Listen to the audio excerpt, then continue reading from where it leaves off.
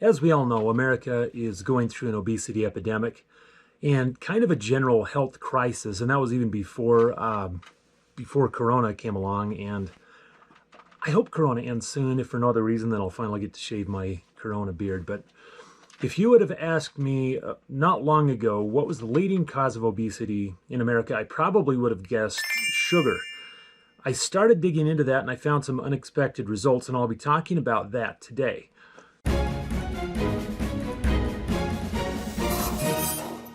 Turns out sugar may not be the culprit that we assumed that it was. But first, I wanted to spend a minute talking about the current situation in the U.S.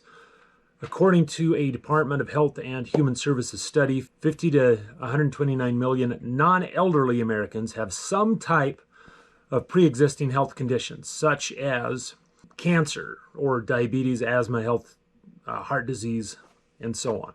The study continues. Older Americans between 55 and 64 are at particular risk, and the percentage of people who have a pre-existing health condition in that age range is from 48 to 86%. 15 to 30% of people who are in perfectly good health today are likely to develop a pre-existing health condition over the next 8 years.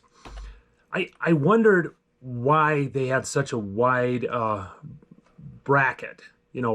48 to 86 is really giving yourselves a lot of room. It turns out the reason isn't all that exciting. It's 86% was insurance companies. They said they're sick enough for us to decline them. And the 48% was they were actually in a high-risk pool. So there's a gap between what doctors think is unhealthy and what insurance companies think is unhealthy.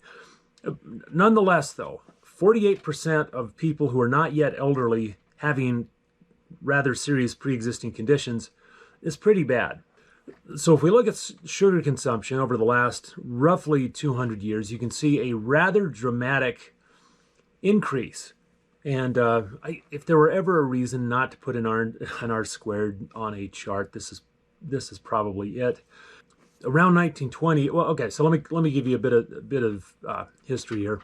America had a problem. It was trying to get people to gain weight. It was trying to get people to eat, to get enough food into people. They invented breakfast cereal around the turn of the century, and the reason for inventing breakfast cereal, and you're going to think I'm lying, was to temper guys' libido. It was to make guys less amorous. That's where cornflakes came from, and I wish I were kidding. And then they found that by adding sugar to cornflakes, you could get kids to eat. Anyway, but if you notice, like the 1920s and 30s, just prior to World War II, we hit a high point. And we haven't climbed all that substantially much higher since then. I mean, we've gone up, but not all that much. And here's an ad from the 1930s.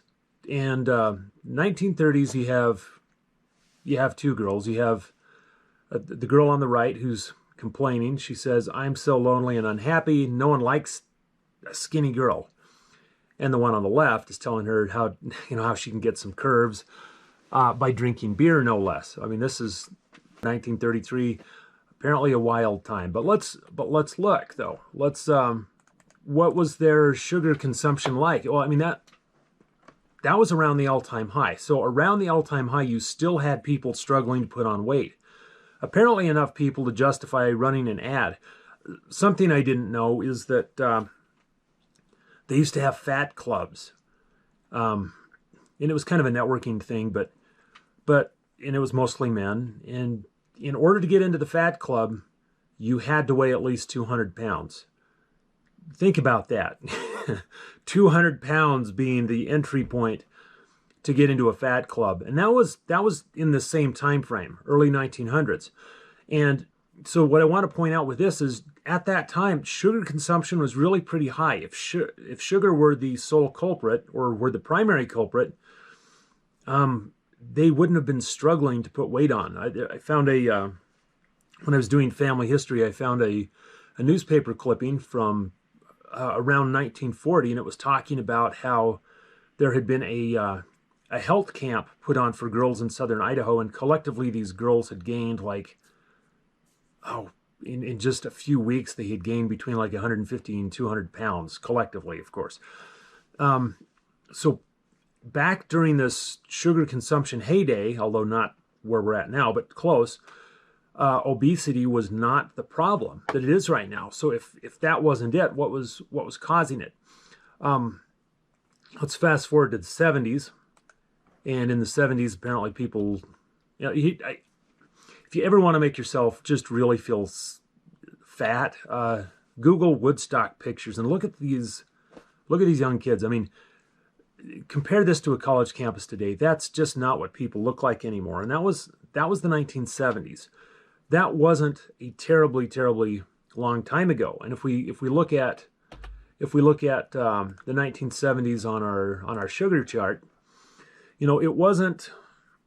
I mean, yes, we've increased since then, but I mean, is that little rise at the end there compared to, the axis of zero?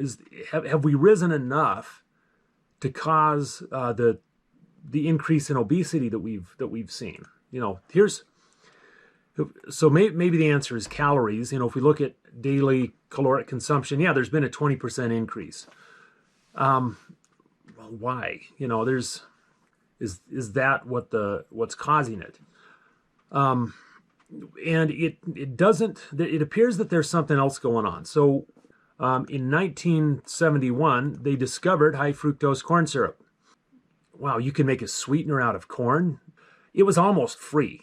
And so manufacturers fell in love with it. They could put it into almost anything and make it sweeter and make it taste better without increasing the cost. Don't get too far ahead here yet. I don't know that that's the sole culprit, because you can't plant corn every single year. If you do, you deplete the soil and you have to use a lot of fertilizer and stuff. So you use a principle called crop rotation. So what do you rotate through with corn? That would be soybeans. You rotate soybeans through. And so if you look, the soybean oil production went up pretty much at the same, in proportion with corn. The two of these tend to move together. Where's the corn and soybean oil going? Well, the corn's going into us. How about the soybean oil? Well, turns out the soybean oil is as well. I mean, if you pull just about any salad dressing you have off the shelf, you'll find that it's mostly soybean oil. That's either the number one or number two ingredient. It's hard to get away from that. Dr. Kate Shanahan, who has done a lot of research into this topic, estimates that I think somewhere like 20 to 30% of our calories come from seed oils. Now, and I use the word seed oil. Canola is a seed oil, vegetable oil. All of these are seed oils. I remember reading a Mark Twain article, from the 1800s, and he was talking, he said, you wouldn't believe this, but if I took cottonseed oil and I added a teeny bit of olive oil flavoring to it, you would not be able to tell the two apart. So finding cheaper substitute oils has long been a point of interest. And now you have soybean oil it's almost a byproduct of the corn manufacturing process. It's just everywhere. It's cheap. It's abundant. And so we've got the corn oil or seed oil. Sorry, we have the seed oil situation going on. And if you look at the prevalence of obesity in U.S. adults, well, would you look at that? It follows right along with the introduction of high fructose corn syrup and seed oils, soybean oil. So what's the big deal? Why would this cause a problem? I did a little bit of digging, and so here's what I found. Found an article talking about how the increase in omega-6 to omega-3 fatty acid ratio increases the risk for obesity. In the abstract, it goes a little further. It says in the past 3 decades, total fat and saturated fat has decreased. And that's consistent. You'll find that the fats that we're eating are going down. However, the ratio of omega-6 to omega-3s has gone from 1 to 1, which is what it has been throughout evolutionary history, to more like 20 to 1, where we're getting like 20 times as many fats from in the omega-6 category as we are in the omega-3 category. It results in a lot of bad stuff happening, having these ratios out of line. Here's another article. I have the source down in the bottom left corner, but soybean oil consumption is increasing worldwide and parallels a rise in obesity, rich in unsaturated fats, linoleic acid. Soybean oil is assumed to be healthy, and yet it induces obesity, diabetes, insulin resistance, and fatty liver in mice.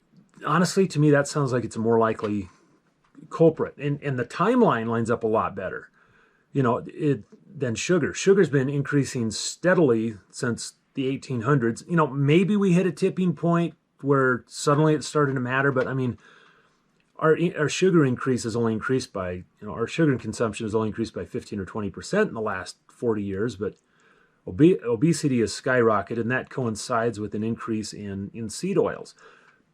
Maybe consider cutting them out.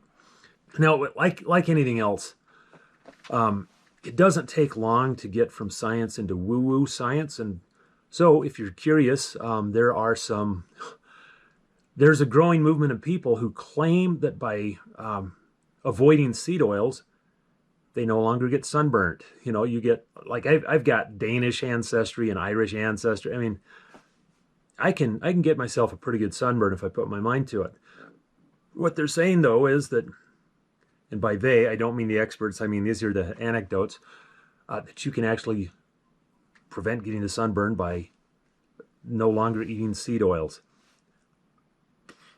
No idea, who knew, but just kind of to wrap up, though, I mean, looking at this, maybe sugar isn't the culprit that we thought it was. Definitely avoid high fructose corn syrup, and maybe consider managing your omega-6 to omega-3 fatty acid ratio. And the best way to do that right now is just to limit the amount of seed oils that you consume. There just isn't much stuff that doesn't have soybean oil in it. You kind of just have to go for olive oil and mix your own dressing. But anyway, like, subscribe, please leave comments. Let me know if this type of thing is helpful, and I will talk to you later. Thank you.